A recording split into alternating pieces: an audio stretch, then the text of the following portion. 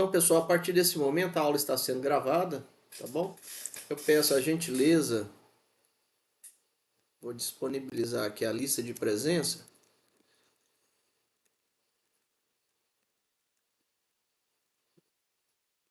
Do 3.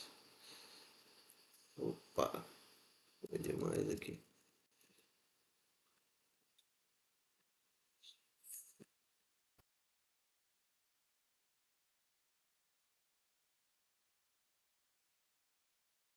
Então, a partir desse momento eu peço que vocês insiram o nome aí na lista de presença, por favor. Bem, vamos lá, vamos iniciar então a nossa aula.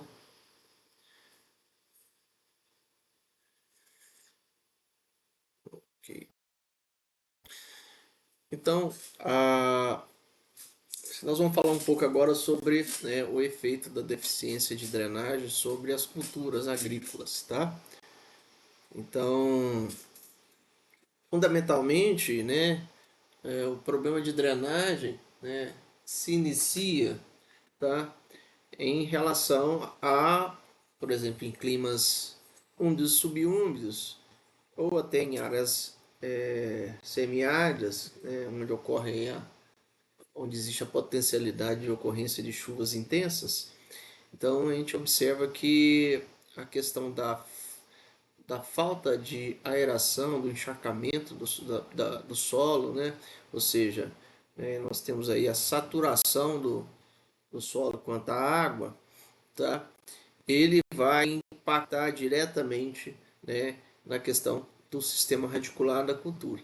Então a planta ela vai começar a sofrer os efeitos, né, devido aí à falta de aeração, tá? Então o sistema radicular não vai poder respirar mais, né? Ou seja, as taxas da fisiologia, né, vai afetar completamente a fisiologia, a absorção, né, de minerais, de elementos, né, que são importantes para a nutrição da planta, né, e também vai afetar a síntese aí de hormônio e outros compostos orgânicos. Tá? Então, sistemas radiculares, né, que são afetados, né, por um efeito de deficiência de drenagem, tá? Eles se tornam mais susceptíveis, tá? A perda da sustentação da planta, ou seja, a planta eles não desenvolvem tão bem, consequentemente ele não tem um efeito, né, principal aí que é a sustentação da planta. Então a planta ela vai tombar, então, ou seja, ela fica submetida aí à ação de tombamento, principalmente em regiões, né, em que ocorrem ventos, né, ventos mais intensos, então são tombadas facilmente aí, né, pela ação dos ventos. Então as plantas elas elas são tombadas e a partir do tombamento dificilmente ela vai se recuperar. E se permanecer por muito tempo, né, por muito tempo inundado, o efeito de inundação, né, aquela inundação do solo ficar perdurando por muito tempo, né, vai acontecer provavelmente aí o apodrecimento aí do caule e consequentemente, né, o tombamento da planta, tá? Então uma vez ocorrido, né, esse efeito, né, não tem como recuperar mais aí a cultura, né? Então, se a perda completa. Então, certas culturas, né, por exemplo, se a gente pegar as culturas, né, as olerícolas, principalmente, né, elas são muito susceptíveis à ação, né, de problemas de drenagem, principalmente relacionados à inundação. Então, a perda, né, desse tipo de planta, né, desse tipo de cultura é mais intenso, né, do que, por exemplo, culturas, né, que são classificadas como né, que entram na classificação aí como as grandes culturas, né? Exemplo aí, sorgo, cana, é, milho, tá? Soja. Então, ou seja, esse tipo de culturas são mais resistentes ao efeito, à duração aí do encharcamento, tá? Outra coisa também que problemas, né, de radiculares que são causados devido à deficiência de drenagem, problemas de drenagem, tá? Não só por encharcamento, mas também como limitação de regiões que estejam com altas concentrações salinas, tá? É o desenvolvimento do sistema radicular. Então, o sistema radicular da planta ele fica restrito a um pequeno volume de solo e a planta vai se tornar mais vulnerável aí a deficiências hídricas, né? Principalmente culturas, né, que são cultivadas, né, como princípio de sequeiro, tá? Então não são irrigadas, são dependentes aí da chuva, ok? Então as estiagens, por exemplo, como aconteceu esse mês, né, de fevereiro, tá? Que foi um mês aqui que toda a região nordeste, né, sofreu bastante aí e a parte do sudeste também sofreu bastante com a redução das chuvas, tá? Então esses períodos a gente denomina de veranico, ok? Esses intervalos de estiagem dentro do período chuvoso. E isso, né, para plantas que têm pouco desenvolvimento do sistema radicular é extremamente danoso, né, porque causa aí deficiência hídrica, né, principalmente nas épocas, né, talvez mais importantes da cultura aí, que é o seu florescimento, tá? Então, esse arejamento inadequado ou a falta, né, da aeração, tá? Então ela reduz, né, indiretamente também a absorção de água, né, devido à menor densidade do sistema radicular e diretamente diminuindo a permeabilidade das paredes das células raízes. Então esse efeito também, né, é observado, já foi observado, né, quando ocorre aí, no caso, a inundação, né, ou a saturação do solo. Bem, um outro aspecto muito importante é a absorção dos nutrientes. Então ela passa a ser comprometida aí com o efeito da inundação, né? Então o efeito da saturação do solo ou perda, né, de arejamento do solo, tá? Então a queda, né, de absorção dos nutrientes segue a seguinte ordem, né? Começa aí pelo potássio, nitrogênio, fósforo, cálcio, magnésio e principalmente, né, a gente observa aí o efeito no nitrogênio, tá? Numa condição de. Deixa eu só passar aqui. Na condição de denitrificação, tá? Então, essa denitrificação ela ocorre devido, né, o nitrato, né, como receptor de hidrogênio, utilizar, né, o, o nitrato como receptor, a bactéria utilizar o nitrato como receptor de hidrogênio em lugar do oxigênio. Então ela vai provocar o efeito de redução, né, do nitrato a nitrito, óxido de nitrogênio e gás, tá? Então, ou seja, ela promove o que a gente chama de desnitrificação, tá? Então, mesmo existindo nitrogênio disponível, né, naquele solo, com o efeito do encharcamento, né, vai acontecer aí a desnitrificação. Então, por exemplo, o nitrogênio que está mais disponível aí para as culturas, que está, né, disponível, prontamente disponível aí, né, para a assimilação pelas culturas, no caso o nitrato amônio, com o efeito aí do encharcamento, né, ele não vai ficar prontamente disponível, tá? Então, ou seja, nós estamos perdendo aí o nitrogênio, né? Em vez de ocorrer a nitrificação, nós observamos aí o efeito contrário, o efeito da desnitrificação. Então, a questão do encharcamento é extremamente danoso, tá? Para no caso aí, para absorção dos nutrientes, principalmente na disponibilidade aí do nitrogênio. Bem, síntese de hormônios, compostos orgânicos são essenciais ao desenvolvimento normal das plantas. Então é muito comum, né, quando a gente observa o efeito do encharcamento, o raquitismo, a coloração alterada das folhas das plantas, né?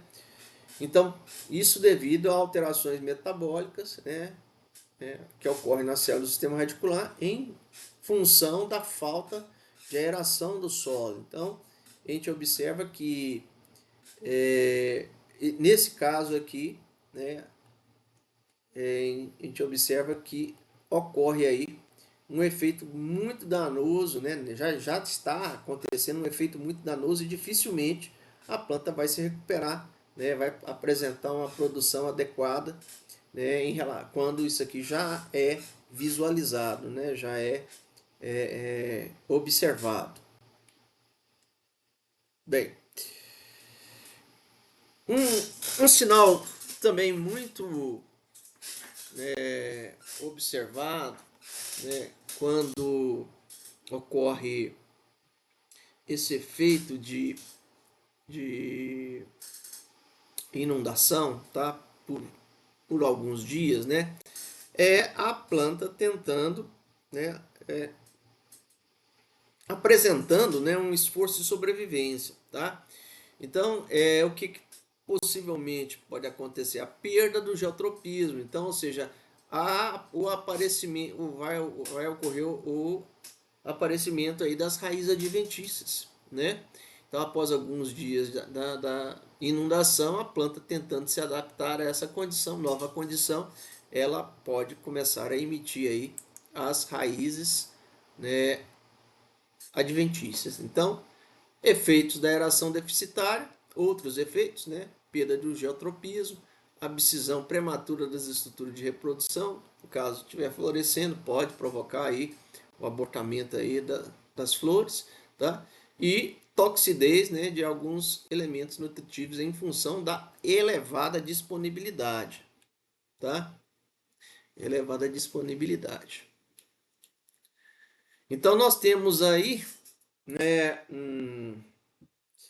uma coisa muito interessante, né, que muitas vezes a planta, né, ela se desenvolve bem com um determinado íon, né, com um determinado elemento químico, mas só que o excesso daquilo vai trazer aí, né, um efeito reverso, né, e a perda aí da capacidade aí, né, de produtividade, né? Então nós temos aí demonstrado esse efeito aí com a aeração deficitária.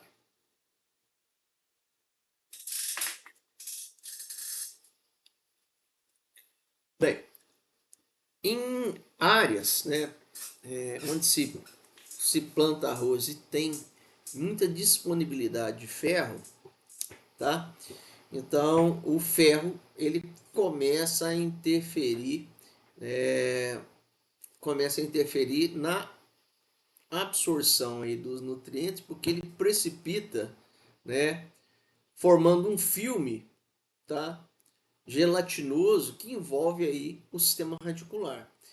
Então, por exemplo, no caso o arroz, né, é uma cultura que ela que pode apresentar, né, esse fenômeno, tá? Então, no caso do ambiente, né, ficar inundado por muito tempo, tá? Então, se ele tiver muita concentração no solo, tiver muita concentração de ferro, tá? Ou também na água, né? E isso pode acontecer, tá? E reduz aí, no caso aí, né, né, a eficiência na absorção dos nutrientes, consequentemente, né, a planta pode começar a apresentar uma deficiência nutricional.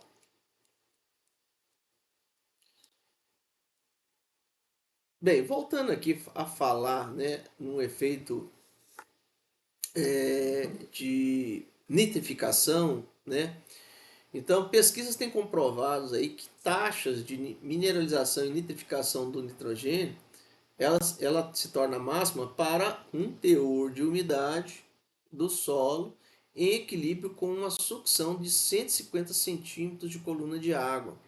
Então, ou seja, você verifica lá, né, na curva característica de água no solo, qual a umidade relacionada a essa sucção, tá? Então, para evitar, né, esse efeito, né, de, né, maximizar, aliás, né, esse efeito de nitrificação, disponibilidade, né, do nitrogênio aí para a cultura, tá? Então, o teor de nitrogênio disponível, né, e a razão nitrato-amônia varia rapidamente de acordo com as alterações na umidade do solo.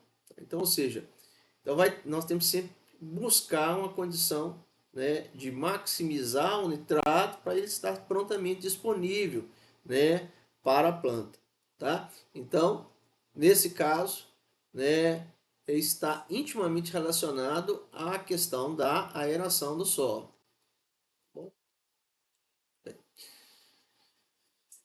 ok, então a quantidade de nitrogênio disponível às culturas aumenta em condições de drenagem satisfatória, tá? Quanto mais constante for a taxa de aeração, menores serão os riscos de denitrificação, né? Então essa afirmação intensifica a eficiência dos adubos nitrogenados em solos bem drenados. Eu sei que muitos já sabiam disso, mas a gente coloca dessa forma para entender aí, né, a eficiência, né, da drenagem. Como a drenagem agrícola ela tem um papel importante aí de maximizar a eficiência, tá, da disponibilidade dos elementos, principalmente relacionado ao nitrogênio para a cultura, ok? Então, ou seja, existindo um solo, né, bem drenado, né, com drenagem bem satisfatória, tá, a disponibilidade, né, de nutriente será maximizada e, consequentemente, vai aumentar aí a eficiência de absorção desse nutriente pela cultura, né, relacionada aí ao nitrogênio, ok? Bem, agora nós vamos falar um pouco sobre a profundidade do lençol freático e produtividade das culturas. De certa forma, eu já introduzi um pouco, né, na primeira aula falando desse assunto, ok? Então a gente sabe que nós vamos ter uma condição, de posição adequada do lençol freático em relação ao sistema radicular, tá? Então, pensando aí na planta, né, em condições de um solo em condições de umidade adequada para a planta, tá? E em condições de drenagem adequada para a planta, ou seja, a aeração adequada para a planta, tá? Nós vamos ter aí buscar encontrar, né, uma profundidade do lençol freático que vai maximizar a produtividade das culturas, tá? Então, esse é um grande desafio para nós. Logicamente que isso é obtido, né, através de pesquisa para diferentes tipos de solo. A gente sabe que, por exemplo, um solo argiloso vai ter um comportamento totalmente diferente de um solo arenoso, principalmente relacionado à permeabilidade, tá? E o efeito, né, é muito importante, que é o efeito da capilaridade, tá? Então, ascensão capilar de água no solo, ok? Então, ou seja, a gente vai buscar, de certo modo, né, aplicando aí, os conceitos aí da drenagem, disponibilizar, em função dos dados de literatura, tá, uma profundidade do lençol freático adequada para a cultura. Tá? Então, ou seja, né, a drenagem em si não implica em maximizar a remoção de água, né, do solo. Esse é um conceito errôneo que muitas vezes as pessoas imaginam, né? A drenagem lá é para drenar mesmo a água no solo. Não é bem assim. Nós temos que dimensionar um sistema de drenagem, né, com vista a atender também, por exemplo, a demanda hídrica da cultura. No caso, né, que pode ser colocado. Ah, professor, mas isso se aplica no CMA? Depende. Depende muito da questão da concentração salina, né, da matriz do solo, ok? Da solução de água no solo. Então vai depender muito disso. tá? Geralmente em áreas que tem, que já são naturalmente salinas, né, a literatura recomenda que se faça, né, o máximo possível, se mantenha o lençol freático o máximo possível, o mais distante possível do sistema radicular, tá? Então, nesse caso, são casos bem específicos que podem, em algumas regiões daqui, né, algumas áreas, aliás, daqui da região de Petrolina e Juazeiro, pode encontrar uma situação bem relacionada, parecida com essa, tá? Então, nesse caso, né, realmente o lençol freático tem que ser controlado abaixo da zona radicular da cultura, né? Mas isso são casos muito específicos. No geral, a gente pode aproveitar, né, um pouco da ascensão capilar, né, do lençol freático para atender aí o nível de, né, a demanda hídrica para a cultura. Tá? Então isso aí já é feito já há um bom tempo, né? Tem certas pesquisas, né, que informam a possibilidade, né, desse método ser utilizado. Alguns chamam até de subirrigação, tá? Mas tem que ter um bom controle, principalmente da condutividade elétrica, né, e da concentração salina desse extrato que está saturado, tá? Então, próximo aí à zona radicular da cultura, ok? Bem, então, para a gente fazer o projeto, elaborar o projeto de drenagem, tá? Nós temos que encontrar, né, ou definir a profundidade do lençol freático que vai maximizar, né, a profundidade, a produtividade das culturas, né? Então, ou seja, aquela cultura geneticamente ela expressa aquela produtividade. Então, nós temos que maximizar as condições, né, a fertilidade do solo, a disponibilidade aí, né, dos nutrientes para atender a demanda nutricional, controle de pragas e doenças e fazer um adequado manejo de irrigação para que a cultura atinja, né, maximize aí a sua produtividade, tá bom? Então, esse é o nosso desafio, né? Encontrar aí uma altura ou uma profundidade do lençol freático, né, que o solo, que a cultura se adeque, né, maximizando aí a sua produtividade.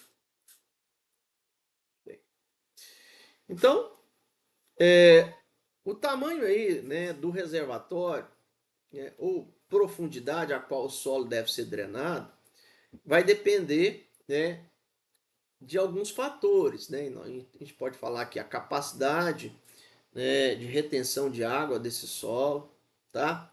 A taxa de absorção de água pelas raízes, a frequência e a quantidade de água da chuva ou da irrigação, tá? A transmissividade do solo, ok? Que é muito importante aí, tá? Porque afeta diretamente aí, né, o espaçamento dos drenos, ok? Entre drenos, né? Entre drenos e a profundidade aí do sistema radicular das culturas. Então a gente tem que entender tudo isso aqui, tá? Então para a gente para a gente elaborar aí um projeto de drenagem, calcular o adequado espaçamento, né, entre drenos, tá? Nós temos que levar em consideração todos esses fatores que são apresentados aqui, ok? Além de outros também, né, que não foram citados aqui, que estão as características físico-hídricas, né, que estão relacionadas aí a um determinado ao solo, né, aquela matriz de solo, aquele reservatório de água, ok? Bem, então para a gente, né, obter aí o valor correto da profundidade do lençol freático, duas situações devem ser consideradas. No caso aí, as condições de clima úmido, subúmido e de clima árido e semiárido. Os autores geralmente colocam dessa forma porque eles se referem, né, na condição de clima árido e semiárido né, de modo a manter aí o lençol freático o máximo possível distante do sistema radicular da cultura. Então, ou seja, né, quer dizer que os sistemas de drenagem são dimensionados para que você tenha uma profundidade do lençol freático de modo que não vá, né, ocorrer aí na zona radicular da cultura a ascensão capilar, tá? Ou que minimize isso, tá? Ou que minimize isso. Então, ou seja, quando você está dimensionando para essa condição, você não considera, né, que o lençol freático possa contribuir aí para as necessidades hídricas da cultura, tá? Então, quando a gente dimensiona aí no caso contrário, para o clima, né, úmido e subúmido, são regiões geralmente que na época das chuvas, tá? Nós temos aí muita água disponível, consequentemente muita infiltração e é uma elevação do lençol freático, causando aí a falta de arejamento do solo ou a falta de aeração do solo, tá? E isso traz, né, problemas sérios aí para as culturas, né? Se isso aí persistir por muito tempo, né? Então nós vamos ter aí perdas de produtividade, né? Já demonstradas aí, né? Já observadas, tá? E no caso em áreas, nessas áreas de clima úmido e subúmido, onde já é o período seco, né? Então o lençol freático geralmente ocorre uma rebaixada, mas ele não fica tão profundo. Então você pode utilizar também a drenagem, né, como um sistema de promover aí a disponibilidade de água devido à ascensão capilar na zona radicular dessas culturas. Então é extremamente possível que isso seja feito com controle, tá? Então você instala aí na saída do dreno lateral, né, algum registro e você controla aí a vazão, tá, da zona do dreno, né, do dreno lateral, de forma a manter o lençol freático um pouco mais elevado, tá? Então, isso é possível, né, de se fazer aí nesses climas, né, onde ocorre bastante chuva, tá? Mas nem tudo tem que ser levado como uma regra que não pode mudar, óbvio. Por exemplo, existem áreas, né, em climas áridos, semiáridos, que você também pode utilizar aí o aproveitamento da água, né, abaixo da zona radicular da cultura, né, da água freática, tá, para atender a demanda hídrica da cultura, principalmente se for culturas que são mais tolerantes, né, à salinidade, às concentrações salinas mais elevadas. Ok, pessoal? Alguma dúvida, pessoal, sobre isso aí?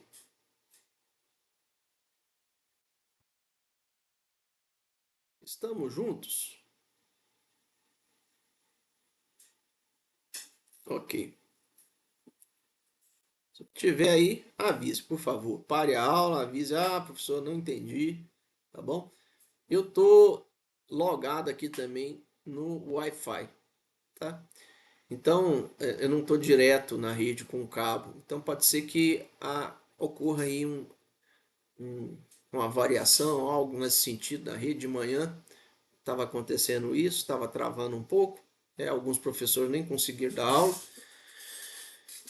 porque por incrível que pareça, o computador aqui da minha sala pifou hoje, depois da aula. Nada pode. Quando você acha que está ruim, né, às vezes pode ficar pior, né? Aí eu estou falando do notebook aqui. Tá bom, pessoal? Então a gente continua aqui, né? É, falando para vocês, continuando a aula aqui. Então vamos apresentar aqui mais uns slides aqui, tá? Sobre essa profundidade ótima, né? Então a profundidade do lençol freático, né, que maximize, é aquela que apresente uma maior relação benefício-custo. E isso só é conseguido através de pesquisa científica, tá? Então a gente lá, né, a gente vai simular diferentes profundidades do lençol freático para aquela cultura conduzida, naquela condição climática e observar, né, a resposta, né, da produtividade, ok? Né? Ou seja, né, qual a melhor relação benefício-custo. Um detalhe interessante é que quanto mais profundo, quanto mais profundo for a necessidade do lençol freático, maior vai ser o custo, né, do dimensionamento, né, do seu projeto de drenagem. Então, se a gente for pensar assim, eu posso deixar o, o lençol freático, né, a 60 centímetros de profundidade, a 80 centímetros de profundidade, por exemplo, o projeto vai ter um custo muito mais barato do que eu tentar rebaixar esse lençol freático a 1 metro de profundidade, por exemplo. Tá? Então, o custo aí vai custo da implantação do sistema de drenagem vai depender aí dessa profundidade também, tá bom? Então, nós temos que chegar aí nessa profundidade ótima. E assim, por incrível que pareça, possa parecer algo tão simples, mas realmente não é tão simples assim, né? Encontrar essa profundidade ótima. Então a gente tem que fazer bastante pesquisa literária para a gente chegar nessa condição ótima, né? E chamar a atenção que no Brasil, né, não tem tanta pesquisa em drenagem, né? Por incrível que pareça, né? Nosso país aí tem muita deficiência em pesquisa científica na área de drenagem, tá? Então as pesquisas que geralmente a gente observa são pesquisas é, em áreas que geralmente, né, se pratica muita drenagem, que é nos Estados Unidos, né, na região da Flórida, né, e, e outras regiões também, tá? E também na Europa, né, na Alemanha, Holanda, em algumas regiões, né, onde os Países Baixos, né, Dinamarca, onde ocorre aí a necessidade aí, de controle aí do lençol freático, tá?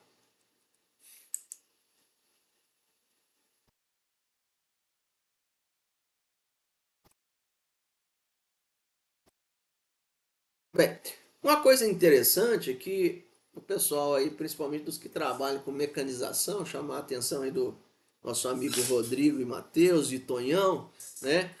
Que a questão da drenagem também afeta aí o número de dias disponíveis para operação, né, com máquinas agrícolas, tá?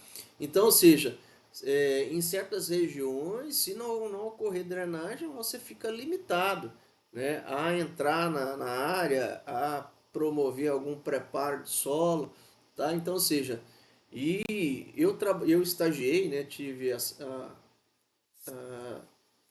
o privilégio aí de estagiar numa fazenda em que eles estavam cultivando feijão e na época estava chovendo muito, então eles estavam com muito problema, né, de fungos, né, dentro dessa área de produção, sem poder entrar na área com a máquina para fazer a pulverização.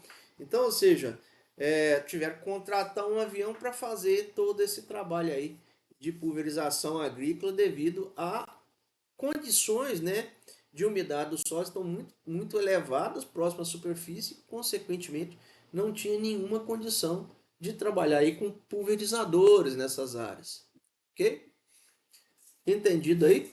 Então, é, profundidades freáticas, né, geralmente utilizadas aí na literatura, tá? Então, solos de textura mais fina, né? Então, ou seja, você tem que manter o lençol freático mais profundo, porque nesse caso nós vamos observar bastante capilaridade, né? Então, nós temos aí que a profundidade freática pode variar entre 60 e 80 centímetros, ou até mais, tá? Solos de textura mais grossa, solos arenosos, nós temos aí a profundidade freática entre 40 e 60, você pode permitir, né, o lençol freático mais próximo da superfície, principalmente se você trabalhar aí, né, nesse caso, com solos arenosos, com olerícolas, né, que tem um sistema radicular mais limitado, em torno de 20, 30 centímetros de profundidade. Tá? Então você consegue trabalhar com essa profundidade aí de lençol freático. Recomendação aí das hortaliças, tá? Entre 50 e 80 centímetros de profundidade, grandes culturas 90 a 120, pomares 150 a 250. Obviamente, pessoal, que isso aí são valores generalizados, tá, pessoal? Generalizados, ok? Então, por exemplo, na nossa região, dificilmente nós vamos ter condição de manter o lençol freático a profundidade de 150 centímetros. Por quê? Porque às vezes nem isso de solo nós temos de profundidade, tá? Então, no caso aqui, por exemplo, da uva, em torno de 60, 80 centímetros de profundidade, né? A gente estaria atendendo aí a demanda da cultura, tá? Né? A manga é um pouco mais profundo. Manga aí a gente tem que pensar aí de 80 a 1 metro de profundidade, tá bom? Para a gente poder atender aí a demanda né, de, de posição, né, do lençol freático para que ele não interfira, né, no caso aí, de forma negativa aí para a redução da produtividade, ok? E o som, como está? Tudo certo aí? Estamos juntos?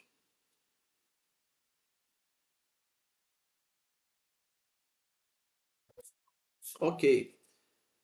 Então, vamos dar continuidade, tá? Ao assunto, ok? Sobre a parte de profundidade do lençol freático. Então, nós temos aí que buscar, né? Uma relação, né? Que permita aí o controle da umidade do solo, né? Ou seja, não deixe que o solo permaneça saturado por mais de 2 dias, por exemplo, tá? Para a gente maximizar aí, principalmente relacionado à aeração do solo, né? E, consequentemente, outros fatores relacionados a isso vão sendo incorporados aí, tá? Bem, gente, esse gráfico aqui, não sei se vocês lembram, deixa eu ver se eu consigo mostrar aqui pra gente. Deixa eu ver aqui.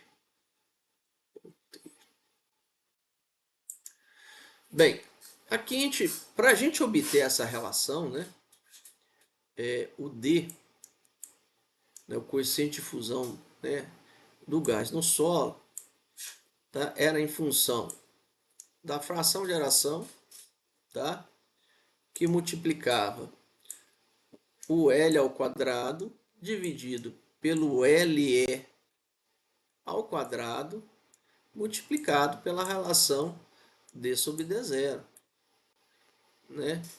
Aliás, deixa eu... Não, desculpe, gente, isso aqui não. Deixa eu só...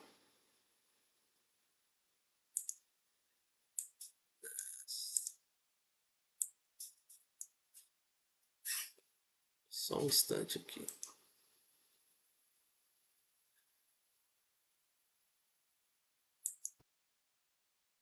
Fluxo. O fluxo era igual a isto aqui.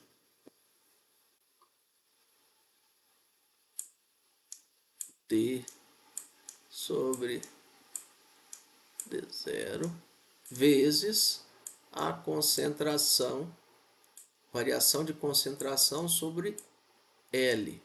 L aqui, tá? Então nós temos essa relação aqui. E isso aqui, espera aí que eu acho que sobre D0, não é D. Só um instante que eu vou olhar aqui. Acho que não é isso não.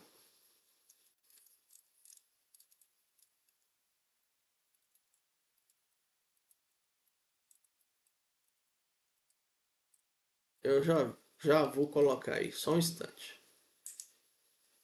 Era isso aqui, ó, na realidade. Então, isso aqui, ó, tá? Nós temos que todo esse trecho, essa expressão aqui, ó, menos d0 vezes f vezes L ao quadrado sobre LE ao quadrado, tá? Vezes delta C sobre L. Então, nós temos que isso aqui, tá, é o coeficiente de difusão, né, do gás no solo. Então, a gente trata como D igual a F vezes, né, F vezes, vocês estão conseguindo ver aí? Vezes F vezes L ao quadrado sobre LE ao quadrado vezes D0, tá? Então, pegando isso aqui, pessoal, tá? O que fizeram? Fizeram isolar, colocaram o D0 embaixo do D aqui, tá? O F ficou como coeficiente ali angular e o L ao quadrado sobre LE aliás, desculpe, o F ficou como variável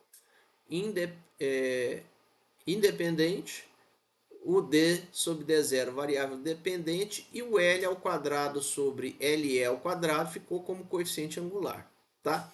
Então, essa expressão aqui, ela foi, né, ajustada a essas informações aqui, ó, tá? Que vocês estão observando. Então, nós temos aqui D sobre D0, desse lado, né, como variável, né, dependente, tá? Aqui embaixo nós temos fração de poros de ar, que é o F, tá? Como em base volumétrica, como variável independente, e temos a inclinação aqui, ó, né, dessa nuvem de pontos, a gente pensar em ajustar um modelo, né, linear aqui nessa nuvem de pontos, nós observamos aqui uma inclinação, né, que corresponde, né, ao L ao quadrado, uma inclinação que corresponde aqui, ó, ao L ao quadrado sobre LE ao quadrado, que é igual a 0,66. Tá? Então essa inclinação aqui, ó, vou pensar, ó, né? Eita.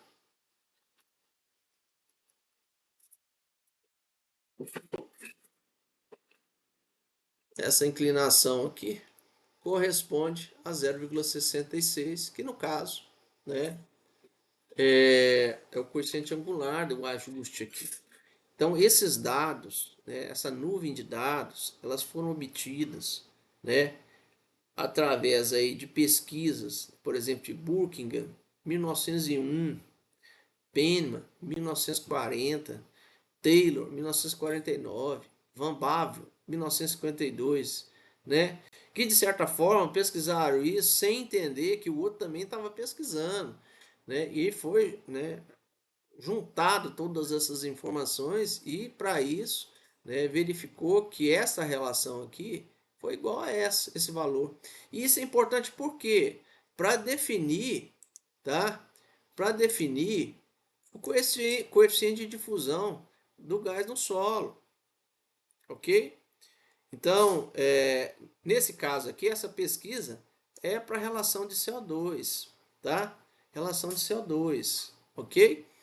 Né? Logicamente, provavelmente teve também uma pesquisa para oxigênio também, tá? Porque é muito importante, né? Então, em função disso, a gente define aí o coeficiente de fusão desse gás no solo, tá? Então fica mais simples aí para calcular o fluxo, né?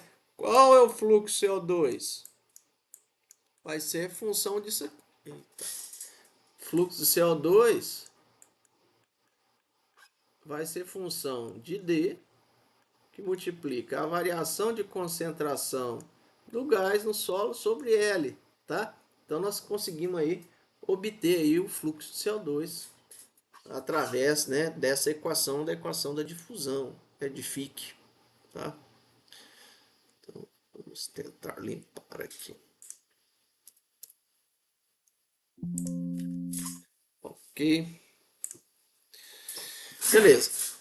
Alguma dúvida, pessoal? Sei que aqui tá difícil de fazer aí, né? Colocar nas figuras aí, diferente de sala de aula, né? É mais fácil de colocar lá com a canetinha lá, tá? Ok, pessoal? Então, dando continuidade aí, dando continuidade, né? Aqui a disponibilidade do oxigênio no solo, o crescimento relativo, no caso aqui, comparação de taxas relativas de crescimento de diferentes pressões parciais de oxigênio, tá? A uma temperatura constante para várias espécies vegetais, segundo Cannon, 1925, ok? São dados antigos, mas é, é, já né, desde essa época já demonstrava a necessidade, né, de conhecimento aí dessa, dessas taxas, né, de crescimento, consequentemente, em relação à disponibilidade, né, do oxigênio. Então, tendendo a 1 aqui, né, aumentando aqui o percentual, né, de oxigênio, né, de disponibilidade de oxigênio no solo, né, aumenta a taxa de crescimento relativo, tendendo aqui a 1, né, para essas condições aí, tá? Bem, nesse outro caso aí, a gente apresenta, tá, a transpiração de duas plantas, né, de duas espécies. São espécies florestais, tá? Então nós temos essa linha contínua, tá? É da azinheira branca e essa linha tracejada, tá? É da azinheira castanha, ok? Então são duas espécies vegetais aí é,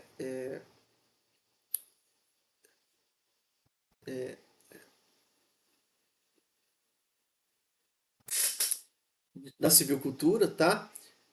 Que são utilizadas aí e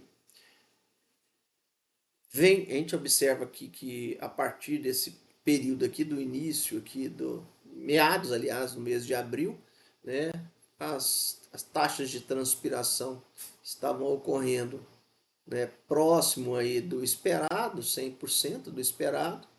E quando a partir aqui do final do mês de abril, início do mês de maio, ocorreu uma chuva que provocou um encharcamento de uma área onde essas plantas estavam sendo cultivadas. E a partir disso, né, para uma espécie ela teve aí um efeito, né, de tentar aumentar a transpiração em virtude do encharcamento, né, para manter aí a, o seu metabolismo funcionando adequadamente, né, enquanto outra ela caiu, tentou manter o metabolismo e logo depois despecou novamente. Então a azinheira castanha teve um comportamento inicial de tentar manter o metabolismo, né, aumentando a transpiração, e logo após, né, ocorreu aqui a queda da transpiração, mostrando também uma queda aí da taxa fotossintética, né, relacionando também com a queda da transpiração, a queda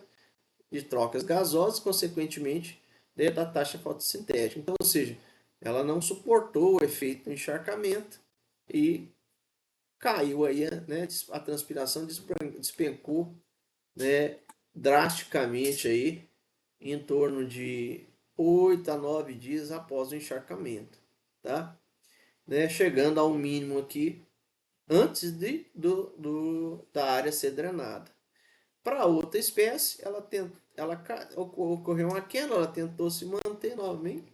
Isso aí, a planta, de certa forma, tenta manter a transpiração para tentar manter suas condições fisiológicas e logo depois, ocorre aí queda drástica da transpiração, consequentemente, né, das trocas gasosas e chegando aí uma condição aí uma condição aí próximo a em torno aqui de 40%, tá? 40%, ok? 40% aqui de transpiração. Então, quando a gente, nesse momento aqui, ocorreu uma drenagem, né? Ou seja, se drenou. Existia o sistema de drenagem, professor? Existia, porque isso aqui foi feito um experimento, né? Para monitorar o que estava acontecendo.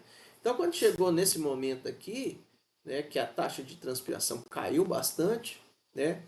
Os autores promoveram aí a drenagem da área, ou seja, eles abriram lá o registro do dreno e, consequentemente, né, a água foi drenando gradativamente, né? E à medida que vai ocorrendo a drenagem, a planta inicia um processo de recuperação. Obviamente que ela não vai sair dos 40% de transpiração e vai chegar até os 100%, né? Um dia depois. Por quê? Porque já ocorreu uma desordem fisiológica aqui. Então a planta ela precisa se organizar, né? Ou seja, suas taxas, né? O seu metabolismo precisa se organizar para que, né, ocorra, né, uma né, para chegar na condição, né, de funcionamento normal. Então, ou seja, a gente observa que depois de treinado, né, a taxa de transpiração começa a aumentar, tá? Chegando aí numa condição adequada, aproximadamente, tá? Vamos imaginar 15, né, 20 dias após a ocorrência da drenagem, né? Então a gente observa que não é imediato, né? O retorno da planta, o metabolismo da planta, ele não retorna de imediato, ele leva um tempo para se organizar e apresentar o retorno. Se for uma planta como essa aqui, né, que é uma planta, uma espécie florestal, né? Então a gente observa que esse retorno foi gradativo, mas que de certa forma não vai afetar, por exemplo, se a intenção for a madeira, né, não vai afetar diretamente aí, né, a produção de madeira da forma que, né, para esse tempo aqui. Mas se a gente for pensar em numa olerícola ou numa grande cultura, como, né, de ciclo mais curto, como o milho, né, o feijão, né, ok? Então, nós vamos ter aí um efeito considerável aí, né, durante esse período aí que ocorreu, né, o encharcamento e logo após o tempo de recuperação aí, né, da drenagem. Então, ou seja, a planta ela vai levar um tempinho aí para se recuperar e vai afetar bastante aí, né, a sua resposta em relação às condições que ela foi submetida, né? Ok, gente? Então, pessoal, a questão do encharcamento, ele traz aí, né, uma, uma síncope aí fisiológica para a planta e leva algum tempo aí para ela se arranjar, tá? Para o metabolismo voltar ao que era antes. Bem, essa tabela aqui, ela mostra a taxa de difusão do oxigênio, né? Crítica e ótimas, né? Que afeta o crescimento radicular em diferentes culturas. Então, por exemplo, nós temos aqui o girassol, o crítico é o 20. Então, ou seja, abaixo disso, né, afeta criticamente o desenvolvimento da cultura. Então, aqui a taxa de difusão do oxigênio, 20 vezes 10 a menos 8 gramas por centímetro quadrado por minuto. Tá? O algodão, também, em torno de 20. O pasto, né?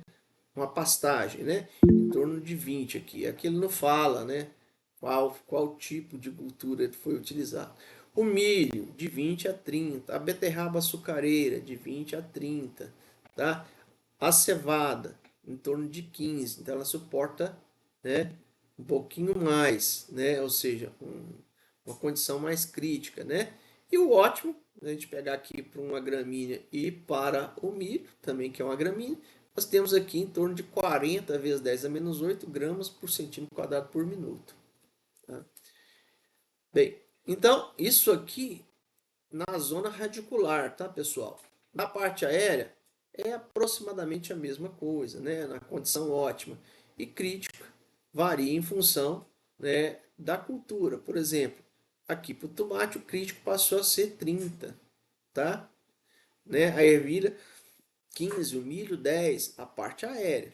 Né? Em compensação do sistema radicular do milho, né, é um pouco maior aqui, né, a taxa de difusão crítica, tá? Então, ou seja, está em torno de 20 a 30, tá bom? Bem, o rendimento relativo, né, em diferentes condições de profundidade do lençol freático. Então, aqui, pessoal, entra aquela questão que eu falei para vocês, tá? Vai depender muito, né, da cultura, a resposta da cultura à profundidade do lençol freático, tá? Então a gente observa aqui que, por exemplo, cevada, né? Vamos pegar aqui a cevada.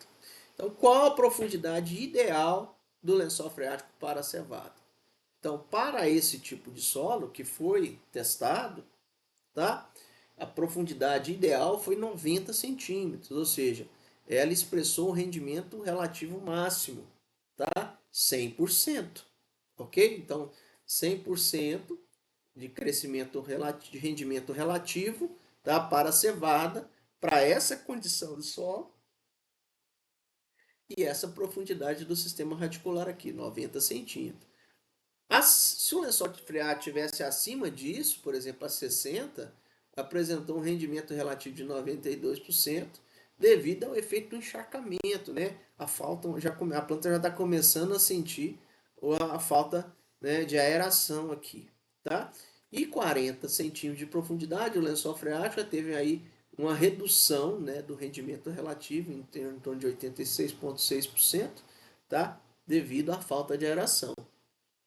Se eu coloco o lençol freático a 120, rebaixo o lençol freático, coloco ele a 120 centímetros de profundidade em relação à superfície do solo, tá? Eu já vou ter uma perda já de deficiência hídrica, ok? Para esse caso aqui. Então a cevada, né, para esse tipo de solo, né, o ideal, a profundidade ideal do lençol freático é 100%.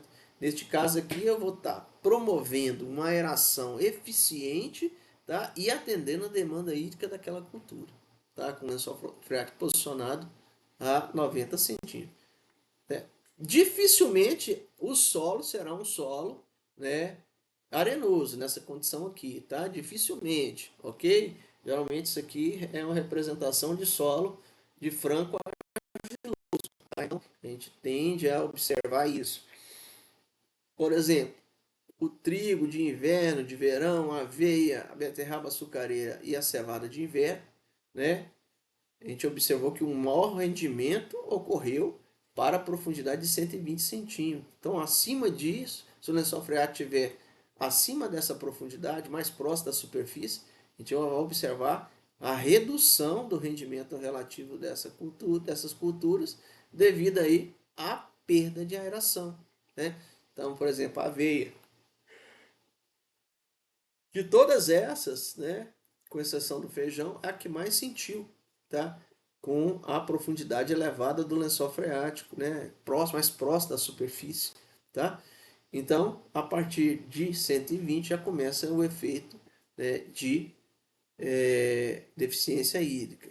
No caso do feijão, né, 40 centímetros de profundidade, nós temos aí 39,6% de rendimento relativo, é muito pouco, né? Para ter, ou seja, o feijão é uma planta que exige um solo bem drenado. Bom, já a batata um pouco diferente, né? A batata tolera, né, uma profundidade do lençol freático mais próxima da superfície, tá?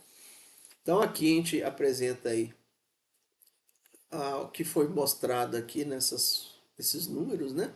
Nessa tabela está sendo apresentada aqui. Então a gente observa que a beterraba, né, ela tem essa característica aqui, né? Então, ou seja, ela apresenta uma queda, né, de rendimento para profundidades, né, inferiores a 120 centímetros, e para as culturas da batata e da cevada, né, ela requer aí um lençol freático mais próximo da superfície, tá? Então, no caso aqui, a batata, a 60 centímetros de profundidade, ela expressa o maior rendimento relativo, tá? E a cevada, tá variando aqui em torno de 90 centímetros de profundidade, tá? Então, essa outra figura, ela apresenta, tá, a diminuição do rendimento, que é ao contrário, tá, pessoal? Aqui a diminuição do rendimento tá para baixo, tá? Ok? Lá tá assim, o aumento do rendimento. 100% seria o máximo rendimento. Aqui o zero é o máximo rendimento, porque aqui está como diminuição do rendimento, tá? Então, aprofunde aqui, nós temos no eixo das abscissas aqui, né, a profundidade do lençol freático e aqui no eixo das ordenadas a diminuição do rendimento. Então, temos três curvas, a curva 1, a curva 2 e a curva 3. A curva 1 é para um solo arenoso, a curva 2 é para um solo franco, a curva 3 é para um solo argiloso. A gente observa que a resposta de um solo franco para um solo argiloso é bem parecida. Então, ou seja, eles necessitam de ter um lençol freático mais profundo para apresentar aí um excelente rendimento, né, relativo, tá? Em contraposição ao solo arenoso, né, que necessita aí de uma profundidade em torno de 50 centímetros para apresentar o máximo rendimento relativo. Tá? Então, ou seja, no caso do solo arenoso, o efeito capilar é bem mais reduzido do que é observado no solo franco e argiloso, mais no argiloso, né? Então nós observamos aqui que mesmo, por exemplo, numa condição de queda, de diminuição do rendimento, tá, a 200 centímetros de profundidade, ainda existe o efeito capilar, tá? Que de certa forma vem atender aí a necessidade hídrica da cultura pela ascensão capilar, tá? E no solo, né, arenoso isso praticamente não existe, né? Existe muito pouco, ok? Então tem uma queda de rendimento, né, acentuada com a profundidade, ok? Aqui também mostra, né, o rendimento relativo, né, com a profundidade do lençol freático, no caso aqui a aveia, né, num solo arenoso. Então a melhor a profundidade que vai maximizar, né, o maior rendimento da cultura é em torno de 70 centímetros de profundidade. Tá? Então essas informações que são importantes para nós, tá? São importantes para nós na literatura, que de certa forma nos ajudam, né, a realizar aí um dimensionamento, né, do sistema de drenagem mais eficiente. Então aqui está mostrando para vocês os danos produzidos, né, sobre os rendimentos de algumas culturas, né, quando submetidas a períodos diferentes de inundação. Então nós temos aqui número de dias que a cultura ficou inundada, que o solo ficou encharcado, tá? Que ocorreu inundação. Então nós temos aqui 3, 7, 11, 15 dias, né? E aqui as classes de culturas, né? Forrageiras perenes, pastagens, batatinha, girassol, cânhamo, cereais, milho, beterraba açucareira. Então aqui nós temos os danos produzidos. Então, por exemplo, com 3 dias, né, no caso a batatinha, a batata inglesa, né, já vai, né, ocorrer um dano aqui de 42%. Se ficar 7, 84%. 11 dias, acabou. Tá? Acabou aqui. E o girassol? Girassol, em torno de 3 dias, 10% de dano. Né? 7 dias, 28%. 11 dias, 50%. O milho, 3 dias, 13%. 7 dias, uma semana, já praticamente 60% de dano. Então isso aqui é uma situação muito crítica, tá? Ok? 11 dias, 85% de dano. No caso aqui, em 11 dias ele já está já está começando a tombar, tá? Devido ao apodrecimento do colmo, ok? Então ele já está tombando aqui nessa condição aqui, certo? A gente observa que algumas culturas são mais resistentes, por exemplo, a pastagem, de forma geral, ela tolera mais tempo de inundação, ok? Então vai tolerar em termos de perda, tolerar mais tempo, né, em que ocorra esse, esse, esse número de dias de inundação. Tá? Bem, então aqui a gente mostra, né, o dano em tempo, em dias, tá? Em condições, por exemplo, o fumo, cultura do fumo. Então ela vai ter praticamente 100% de dano em 2 dias de inundação. Então aqui a curva, né, da cultura. O milho com 21% de CO2, né, na zona radicular. Tá? Então com 2 dias, praticamente 100% de dano. O milho com 0% de O2, então, ou seja, 4 dias 100% de dano. Né? O milho totalmente inundado, 4 dias, nós temos aí com em torno de 50% de dano. O milho com 1% de CO2, de oxigênio. O milho com 1% de oxigênio em 4 dias, 20% de dano. Tá? O milho com 1% de oxigênio e 2% de CO2. Então, com 2 dias, atinge um valor máximo de dano, um pouco mais do que 15% e permanece constante com o tempo.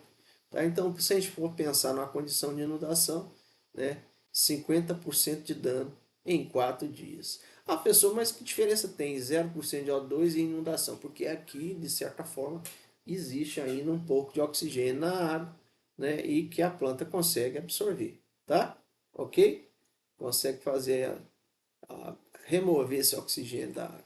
Por isso que não tem dano, como um milho com 0% de O2. Então, benefícios aí da drenagem de solos agrícolas, né, ou da drenagem agrícola, né? Melhoramento da aeração, aumento da economia do nitrogênio, né? Ou seja, nós vamos ter uma redução aí dos efeitos, né, dos ciclos de desnitrificação, né, que ocorre devido ao efeito da inundação, né, ao efeito da perda de aeração, né, o aumento na adubação de cobertura, particularmente de fósforo, né, aumento das atividades das minhocas, diminuição das plantas daninhas, facilita aí o preparo do solo, vamos ter mais dias para a gente trabalhar aí, né, fazer a mecanização do solo, tá? Aumenta a profundidade efetiva, né, para que o sistema radicular se desenvolva, tá? Melhoramento da estrutura do solo, aumenta a capacidade de armazenamento de água no solo, aumento da infiltração e diminuição da erosão hídrica, aumento do armazenamento de água no solo para as culturas devido à penetração profunda das raízes. Então a cultura passa a explorar um volume maior de solo, consequentemente, né, vai aumentar aí a disponibilidade de água, tá? E aumenta a capacidade de água disponível para a planta. Prevenção de problemas de saída do solo, né? Diminuição de problemas fitossanitários, melhoramento da saúde pública animal. Uma coisa interessante, rapaz, relacionado aos problemas fitossanitários, é que com a desordem fisiológica a planta fica mais susceptível aí ao efeito aí das pragas e doenças, tá? Então, eu já visitei uma área, né, em que ela estava com problema de drenagem, área de banana, né, em que tinha de tudo lá, né, em termos de problemas fitossanitários, tá? Então, o produtor estava, né, lá empenhado em resolver o problema dele, né, comprando vários defensivos, né, para tratar ácaro, mofo, problemas, né, de fungos em geral, tá? Então, e provavelmente alguma bacteriose, alguma coisa que poderia ter lá, né? Só que o problema fundamental dele era a drenagem. Tá? Então, ou seja, a área estava com um problema seríssimo de inundação, né, de drenagem, e que esse problema de drenagem estava permitindo aí a abertura de portas, né, para problemas fitossanitários, né, invadir a área dele. Chegou num ponto, né, que ele teve que remover toda a cultura da área, né, porque tinha isso, não tinha condição mais, viabilidade mais de produção, tá? Beleza, gente? Então, a próxima semana né? Nós continuamos aí, tá? Espero que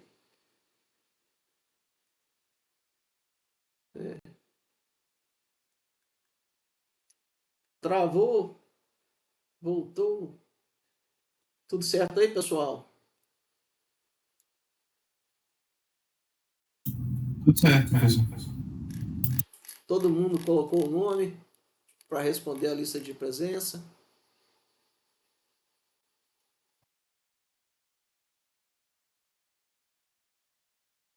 Vocês estão tendo alguma dificuldade em acessar, né, a aula? Coloque aí, Marcos. Coloque o nome completo. Ok, gente. Então, por hoje fica por aqui, né? Lembrando que essa aula da tarde foi uma aula teórica, tá bom? E que a gente vai dar continuidade aí